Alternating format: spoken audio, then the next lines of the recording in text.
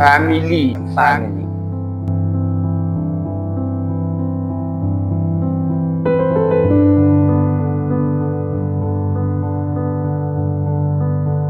Hi everyone! Ako po pala si Sister Beth Hall, isang Sunday School teacher at Sunday School directress po. For 36 years na nagtuturo ako, and now I'm a Sunday School directress. Before, nare-remember ko, dun lang kami sa mga bakanting lote.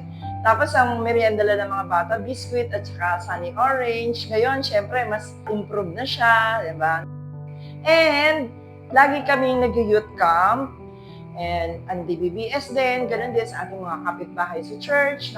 Sa feeding program din, isa pa po sa pinaka-proud po ako na masasabi na ginamit ng Panginoon talaga ay ang Metro Manila Bible Quiz Bee. At nag-champion po tayo doon last 2023 po. Napakalaking achievement po ng ating gawain na ito kasi nakikita ng mga bata ko, nagiging magandang ehemplo para sa mga bata na makita nila yung desire ng heart nila sa mga ministry pwede nilang pasukan in the future.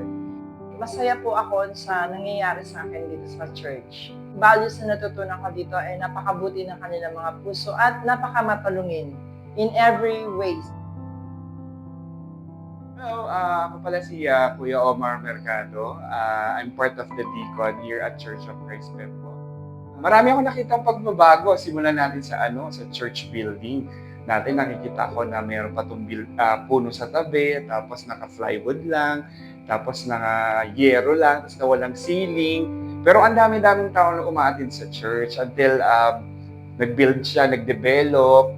Parang katulad din ng mga congregation, parang kami din, na parang the more na lumalaki yung church, the more na gumaganda yung church, naging motivated kami para mag-serve sa Panginoon, magtumulong, mag-pray sa Panginoon. At the same time, pagdating sa music din naman, nakita ko kung paano nag-develop din. Nagsimula lang kami sa organ, sa tambourine, until nagkaroon ng drum, gitara, at nagkaroon ng praise and worship team, kung paano sila mag-harmonize. Nakakatulong to kasi parang ito yung isa sa mga communication mo kay Lord kung paano ka mag-pray sa Kanya. Feel at home ako dito sa church kasi